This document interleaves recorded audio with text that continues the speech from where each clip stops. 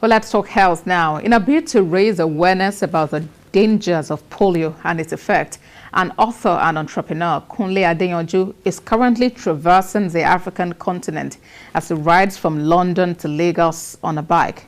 Currently in Mali, Mr. Adeyanju hopes to raise 20 million naira for immunization, especially of polio. Major cities he has traversed include London, Paris, Girona, Valencia, among other countries. Mr. Adeyanju started this adventure on the 19th of April to raise awareness about the dangers of polio and to help raise funds for immunization.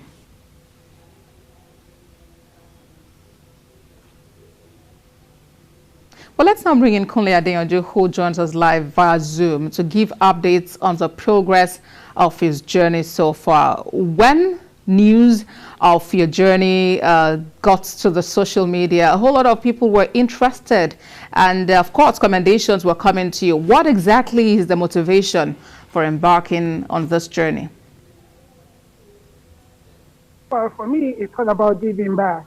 You know, that's the essential spirit of being a Rotarian, which is to try to make the world a little bit better than you made it, and try to use your skills, your talents, and all that we've been blessed with to try to impact this world and, you know, make a change. So for me, that's my motivation. Yes, I'm an outdoor person. I'm somebody who likes, you know, I like being physical. I'm a physical person. Yeah, that's what I've been given. That's one of the skills I've been blessed with. And that's what Rotary is calling about. Those skills, those talents you've been given. How are you using it to touch the life of the less privileged, people who are not as, you know, fortunate, or who are not as, how will I say, blessed as we are? So basically, that's the essential spirit of being a Rotarian. So I'm just doing what I believe in as a Rotarian, that I need to do all I can to try to make the world a little bit better. And as it is, you've passed through continents. What has the experience been like? What are the challenges you've experienced? I must tell you, it's been a heck of a ride.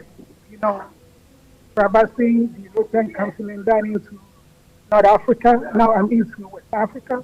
It's been a heck of a ride. You know, traversing from the freezing climate conditions down into the desert, very hot, unfriendly desert, and then coming in towards West Africa. So I'm still in the desert, but even traversing through the desert, you realize that the desert is not just like, you can't use one word to define the desert.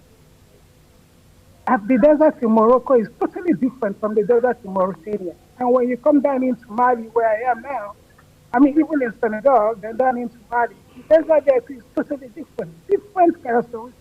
You know, when you just go through this thing, you begin to imagine, you know, the awesomeness of God. That He didn't create all these things with so much diversity. And, you know, when you go through this thing where you go to so much diversity, it changes your person. You know, your worldview, your horizon about how you see things already changes. He humbles you and you become a better person. So far, that's my experience on this. And like I said, it's been a heck of a ride. Yeah, I remember you mentioned that at some point we're hearing voices in the desert. Share with us that experience. Yeah, you see, I think there was one time, I think it's your channel probably when some Nigerian returnees were being interviewed at the airport, MMA2, no, sorry, international. And when some of the ladies talked about that they heard voices, they saw spirits in the desert. Well, I just said, oh, these guys are probably, you know, just joking. But when I was on the Sahara, the truth is you hear voices. You hear voices. But the voices you hear, they are not spirits. You see, what happened is the Sahara is a flat plain. And you have the wind there traveling at a very high speed. So what happened is somebody talking or speaking like 100 kilometers away because of the wind, the speed of the wind. They carry these voices, and where you're standing, you are hearing what they are saying clearly. So what they actually could be saying could be like 100 kilometers away or 200 kilometers away. So yes, you hear voices, but they are not spirits. They are voices of people maybe several hundred of kilometers away. But because of the wind speed, and you know, the flat plane of it, so there's no obstruction, you hear it clearly.